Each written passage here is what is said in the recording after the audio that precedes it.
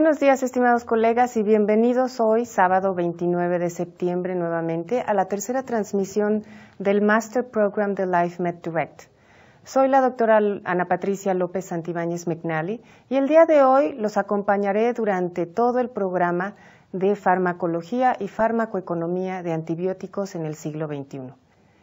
Entonces, vamos a presentar con la primera plática que se trata sobre antibióticos, su acción y su resistencia, que será brindada por el doctor Carlos Amabile Cuevas, que es maestro en ciencias con especialidad en farmacología por el CINVESTAB y doctor en ciencias también del CINVESTAB con especialidad en toxicología.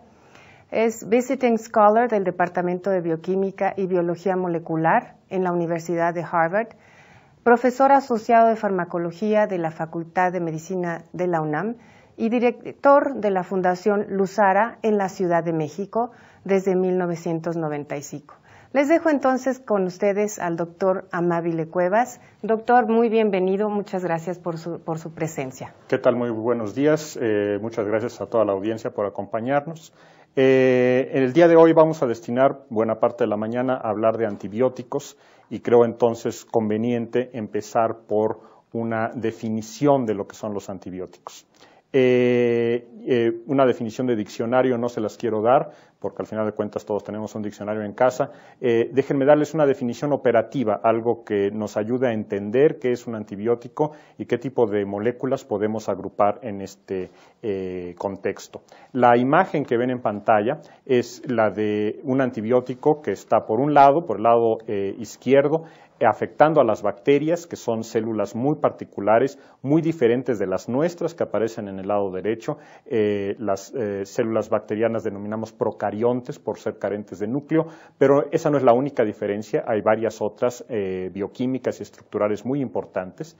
Y los antibióticos tienen, como se ve en pantalla, un principio de toxicidad selectiva, algo que desde 1910 buscó Paul Ehrlich cuando empezaba la búsqueda de fármacos que pudieran utilizarse contra las infecciones y que él denominó menos elegantemente, pero más pintorescamente, como el principio de bala mágica, algo que pudiéramos usar para matar bacterias, pero que no nos afectara las células y los tejidos de nuestro organismo. A esto le llamamos hoy toxicidad selectiva. Y vamos a ver rápidamente en qué consiste y por qué hay moléculas que pueden matar o inhibir el crecimiento bacteriano y no afectar a nuestras propias células.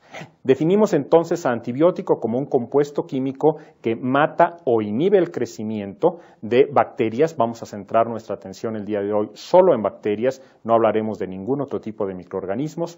Esto lo hacen, como hemos dicho, en forma selectiva y a muy bajas concentraciones. Desde el principio esta definición nos trae dos temas a colación, de que mata o inhibe el crecimiento. Y esto entonces nos trae la primera clasificación de antibióticos que es muy popular en diferentes libros de texto y es la clasificación que nos lo separa en bacteriostáticos o bactericidas. En el primer tercio, el tercio superior de la pantalla, ustedes ven lo que pasa en ausencia de antibióticos. Un grupo de bacterias del lado izquierdo, 5 bacterias, en el lapso de un poquito tiempo se convierten en 10 bacterias. Hay que recordar que las bacterias se reproducen, como llamamos, de forma logarítmica o exponencial. Una da lugar a 2, 2 a 4, 4 a 8, 16, 32, 64, de modo tal que en el lapso muy corto podemos tener que una sola bacteria ha dado lugar a cientos de miles o millones de bacterias. Esto es una de las características más preocupantes de las bacterias, su habilidad para crecer de manera vertiginosa. En medio, en el segundo tercio de su pantalla, observan lo que hace un fármaco bactericida. Empezamos con la misma población de 5 bacterias y después del tratamiento nos queda una sola viva, que es la que vemos en azul, y el resto ha muerto. Y de ahí que les llamemos bactericidas, matan a la población bacteriana. Como ejemplos de fármacos bactericidas tenemos a los beta-lactámicos y a las fluoroquinolonas. Veremos más adelante cuáles están comprendidas en cada grupo. En el último tercio de la pantalla ven lo que ocurre con un bacteriostático. La población bacteriana inicial es igual a la final, O sea, lo único que hemos logrado es detener, arrestar el crecimiento bacteriano, pero las bacterias siguen vivas y cuando el fármaco sale del sistema y alcanzamos concentraciones subinhibitorias, la bacteria puede volver a crecer. Estos fármacos que llamamos bacteriostáticos, sus ejemplos más reconocidos son los macrólidos o el cloranfenicol.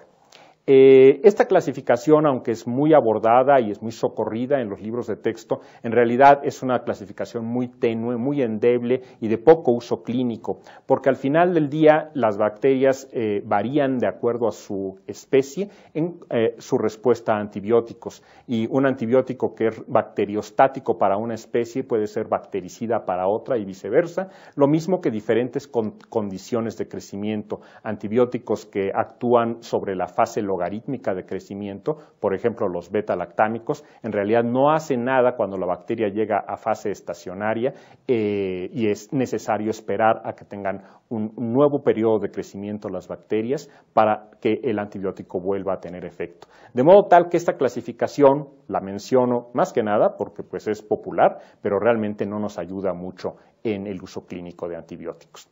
Clasifiquemos ahora a los antibióticos muy rápidamente de acuerdo a su mecanismo de acción, al blanco celular, entendiendo por blanco el sitio en el cual el antibiótico actúa sobre la célula bacteriana. Esto también nos ayuda, por un lado, a entender esta toxicidad selectiva y por otro lado, empezaremos a desplegar a los antibióticos que son representativos de cada grupo o cada familia de antibióticos, como lo hemos visto en la diapositiva anterior.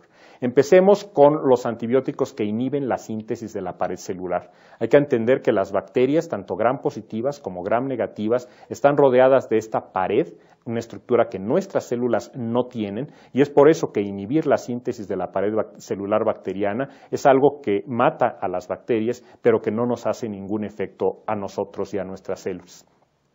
Luego entonces esta inhibición de la síntesis de la pared celular lo que termina es en la bacteria desprovista de esta cubierta protectora, de esta especie de exoesqueleto, de modo tal que la bacteria termina por reventar. La mayor parte de los antibióticos en este grupo son de lo que llamamos bactericidas. ¿Cuáles son? Los beta-lactámicos, que agrupan a las penicilinas, a las cefalosporinas y a los carbapenems. Todo este grupo de antibióticos tienen en común un anillo beta-lactámico que le da nombre al grupo y son fármacos que inhiben la síntesis de la pared celular. Otro grupo son los glucopéptidos, que agrupan esencialmente a la vancomicina y a la teicoplanina. Son fármacos que se usan exclusivamente en el combate de infecciones causadas por bacterias gram positivas, como son los estafilococos y los enterococos, y de hecho se usan casi exclusivamente en el ambiente hospitalario.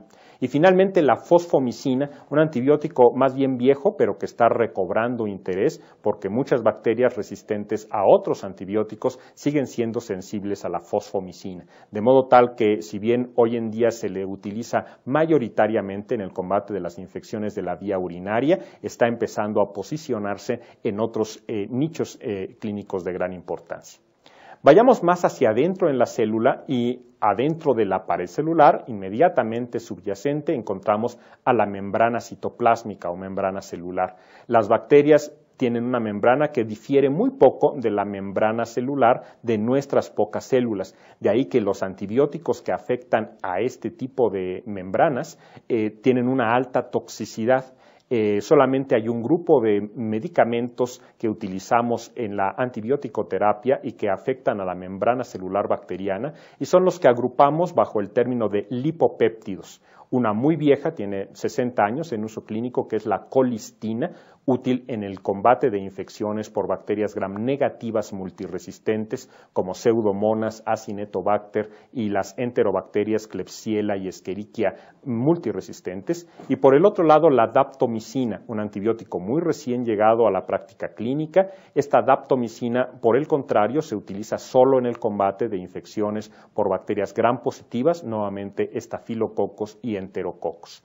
Estos fármacos son de uso exclusivamente hospitalario. Es muy necesario cuidar la dosificación de estos medicamentos porque se acumulan en el riñón y ahí pueden afectar también las membranas de las células del riñón, teniendo una alta nefrotoxicidad, sobre todo si se utilizan a dosis inadecuadas. Estos fármacos, sin embargo, van a ocupar un papel muy importante en el manejo de las infecciones multiresistentes en el muy corto plazo. Más hacia adentro, tal vez el blanco de acción favorito de los antibióticos, una enorme gama de antimicrobianos tienen acción sobre esta estructura, es el tener como blanco el ribosoma. El ribosoma es una estructura que se encarga de la síntesis de proteínas y hay muchos fármacos que se unen al ribosoma inhibiendo la síntesis de proteínas. Nuestras células también tienen ribosomas, desde luego, pero los ribosomas bacterianos son levemente distintos y esta diferencia es explotada de modo farmacológico, de modo que podemos inhibir la síntesis de proteínas en la bacteria sin afectar mayormente la síntesis de proteínas en nuestras propias células. ¿Qué fármacos están en este grupo? Los aminoglucósidos, que hoy en día encierran sobre todo la gentamicina